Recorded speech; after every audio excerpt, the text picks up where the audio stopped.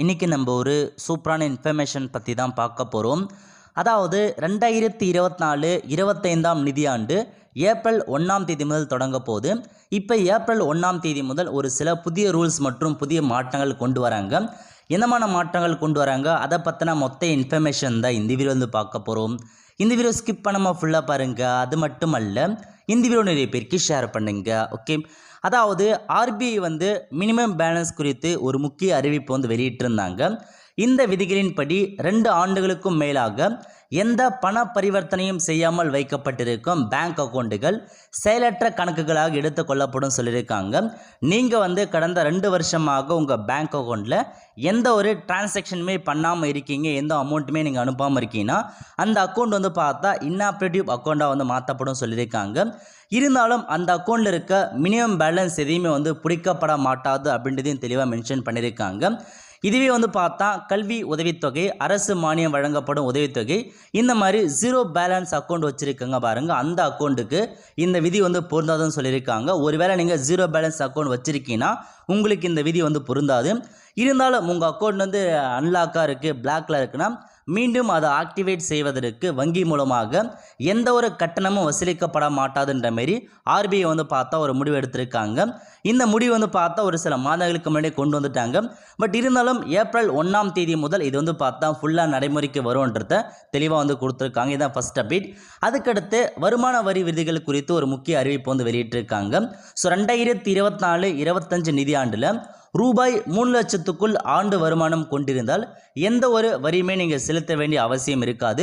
இதுவே நீங்கள் 3 லட்ச ரூபாயிலேருந்து 6 லட்ச ரூபாய் வரைக்கும் வருமானம் வாங்கியிருக்கீங்கன்னா 5% நீங்கள் டேக்ஸ் பேமெண்ட் பண்ணுற மாதிரி இருக்கும். இதுவே 6 லட்ச ரூபாயிலேருந்து 1 லட்ச ரூபாய்க்கு நீங்கள் சேலரி வரணும்னா 10% நீங்கள் டேக்ஸ் பண்ணுற மாதிரி இருக்கும். அதேமாரி 9 to 12 லட்சம்னா 15% வரி நீங்கள் கொடுக்குற மாதிரி இருக்கும். 12 to 15 லட்சத்துக்கு வந்து 20% டேக்ஸ் கொடுக்குற மாதிரி இருக்கும். அதிகபட்சமாக நீங்கள் 10 லட்சத்துக்கு மேலே இன்கம் வரனா 30% நீங்கள் டேக்ஸ் பேமெண்ட் பண்ணுற மாதிரி இருக்கும். ஸோ டேக்ஸ்க்கான புது ரூல்ஸ் இதான் வந்து அறிவிச்சிருக்காங்க. ஓகே, அதுக்கடுத்து முக்கியமான இன்ஃபர்மேஷன் என்பிஎஸ் இருக்குது பாருங்கள், நேஷனல் பென்ஷன் ஸ்கீம். இதில் என்ன சொல்லியிருக்காங்கன்னா எக்ஸ்ட்ராவாக வந்து பார்த்தா ஒரு சில புதிய ஆட் பண்ணியிருக்காங்க. ஏப்ரல் 1ஆம் தேதி முதல் இது வரைக்கும் நீங்கள் லாகின் பண்ண சொல்ல யூசர் நேம் பாஸ்வேர்டு கொடுத்துட்டு ஒன் டைம் ரெஜிஸ்ட்ரேஷன் மட்டும் வந்து பார்த்தா நீங்கள் வெரிஃபிகேஷன் பண்ணுவீங்க. இப்போ ஆதார் பேஸ்டு மூலமாக 2 கட்ட உங்களுக்கு வந்து அந்த செக்யூரிட்டி வெரிஃபிகேஷன் நடக்கும்னு சொல்லியிருக்காங்க. இதுக்கப்புறம் நீங்கள் யூசர் நேம் பாஸ்வேர்டு கொடுத்து லாகின் பண்ண சொல்ல உங்களுக்கு ஆதார் பேஸ்டு மூலமாக வெரிஃபிகேஷன்ஸ் பண்ணி தான் லாகின் ஆகும் அப்படின்றத சொல்லியிருக்காங்க. ஓடிபி வந்து சென்ட் பண்ணி தான் லாகின் ஆகுன்ற சொல்லியிருக்காங்க. அது வந்து ஏப்ரல் 1 நடைமுறைக்குன்னு சொல்லியிருக்காங்க. ஓகே, நெக்ஸ்ட்டு இன்சூரன்ஸ் பாலிசியில் வந்து பார்த்தா புதிய விதிகள் கொண்டு வந்திருக்காங்க. இன்சூரன்ஸ் பாலிசிகளே டிஜிட்டல் மயமாக்கும் நடைமுறை ஏப்ரல் 1ஆம் தேதி முதல் அமலுக்கு வர இருக்கிறது. இந்திய காப்பீட்டு ஒழுங்காற்று மற்றும் வளர்ச்சி முகமை இந்த விதிகளை வகுத்துள்ளது. இந்த புதிய விதிகள் மூலம் ஆயுள் காப்பீடு, உடல்நல காப்பீடு மற்றும் பொது காப்பீடு உட்பட அனைத்து பாலிசிகளும் டிஜிட்டல் முறையில் வழங்கப்படும் சொல்லியிருக்காங்க. ஸோ இதுக்கப்புறம் இன்சூரன்ஸ் பாலிசி எல்லாமே உங்களுக்கு டிஜிட்டல் மூலமாக தான் வழங்க போகிறாங்க. ஏப்ரல் 1 முதல் உங்களுக்கு நடைமுறைக்கு வருது. அதுக்கடுத்து இபிஎஃப் இருக்குது பாருங்கள், அதில் ஒரு ரூல்ஸ் கொண்டு வந்திருக்காங்க. ஏப்ரல் 1ஆம் தேதி தொடங்கும் புதிய நிதியாண்டில் பிஎஃப் திட்டத்தில் பெரிய மாற்றம் வருகிறது. என்னமான மாற்றம்னா இந்த புதிய விதியின்படி நீங்கள் வேலை மாறினாலும் உங்கள் பழைய பிஎஃப் ஆட்டோ பயன்முறையில் மாற்றப்படும் சொல்லியிருக்காங்க.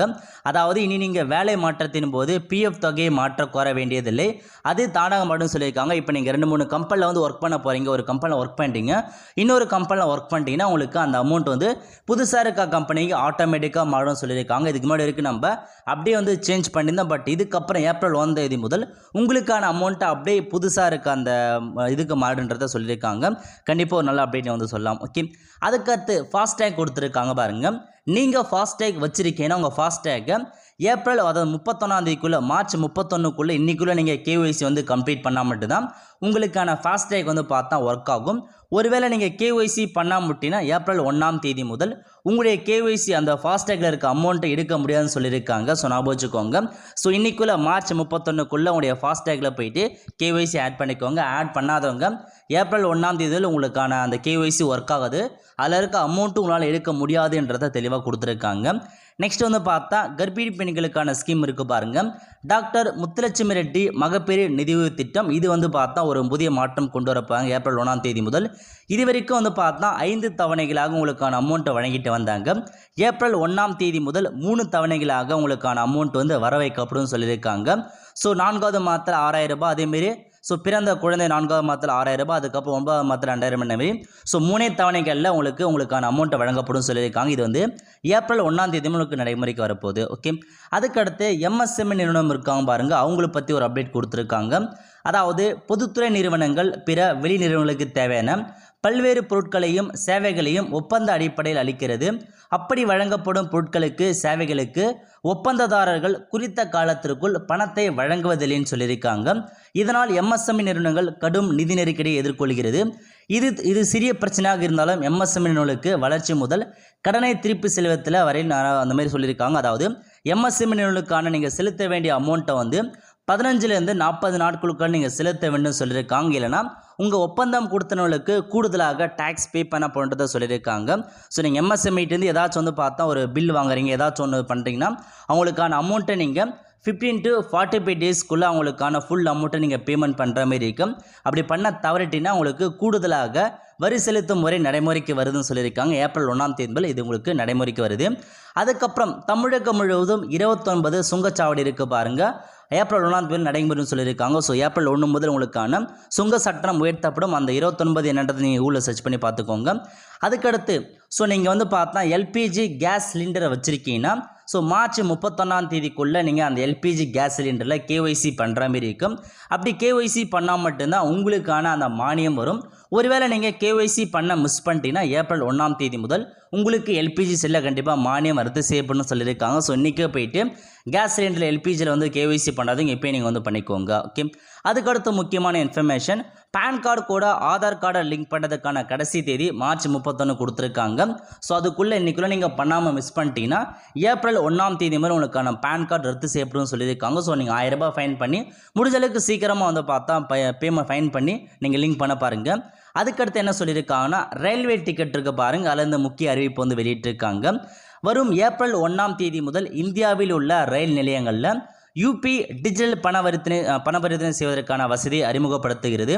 இதன் மூலம் பயணிகள் முன்பதிவு இல்லாத ரயில் பெட்டிகளை பயன்படுவதற்கான டிக்கெட்டை இனி பணம் கொடுத்து எடுக்க வேண்டிய அவசியம் இல்லை, டிஜிட்டல் பரிமாற்றம் செய்து எடுத்துக்கொள்ளலாம்னு சொல்லியிருக்காங்க. ஸோ அதாவது அந்த நம்ம வந்து பார்த்தா முன்பதிவு இல்லாத ரயில் இருக்குது பாருங்கள், அந்த ரயில் பெட்டியில் போயிட்டு டேரெக்டாக அங்கே போயிட்டு நம்ம கேஷ் கொடுத்து டிக்கெட் வாங்குவோம். பட் இதுக்கப்புறம் நீங்கள் ஆன்லைன் மூலமாக யூபிஐ மூலமாக உங்களுக்கான டிக்கெட்டை நீங்கள் வாங்கிக்கிற மாதிரி சொல்லியிருக்காங்க. இது வந்து ஏப்ரல் 1ஆம் தேதி உங்களுக்கு நடைமுறைக்கு வருது. ஓகே, அதுக்கடுத்து 100 நாள் வேலை திட்டத்தில் வந்து பார்த்தா அமௌண்ட்டை உயர்த்தியரிச்சு மத்திய அரசு வெளியிட்டிருக்காங்க. ஸோ ஏப்ரல் 1ஆம் தேதி முதல் 100 நாள் வேலைக்கான அமௌண்ட் வந்து 319 ரூபா உங்களுக்கான சேலரியை உயர்த்திருக்காங்க. இதுக்கு முன்னாடி வரைக்கும் 294 ரூபா வந்துச்சு, இப்போ வந்து 319 ரூபா உங்களுக்கு 100 நாள் வேலைக்கான அமௌண்ட்டை வந்து உயர்த்திருக்காங்க. ஓகே, ஆல் ஃப்ரெண்ட்ஸ், ஸோ இதான் உங்களுக்கான மொத்த இன்ஃபர்மேஷன். ஏப்ரல் 1ஆம் தேதி இந்த பல்வேறு மாற்றங்கள் கொண்டு வராங்க. கண்டிப்பாக வந்து பார்த்தா எல்லாமே நீங்கள் கரெக்டாக வந்து பண்ணி வச்சுக்கோங்க. இது இல்லாமல் இன்னும் ஒரு சில அப்டேட்லாம் கொடுத்துருக்காங்க, கண்டிப்பாக போக போக நான் உங்களுக்கு இன்ஃபார்ம் பண்ணுறேன். ஆல் த ஃப்ரெண்ட்ஸ், கண்டிப்பாக இந்த அப்படி செலக்ட் பண்ணுங்கள். அது மட்டும் அல்ல, இந்த வீடியோ நிறைய பேருக்கு ஷேர் பண்ணுங்கள். அடுத்த ஒரு நல்ல சந்திப்போம். நன்றி, வணக்கம்.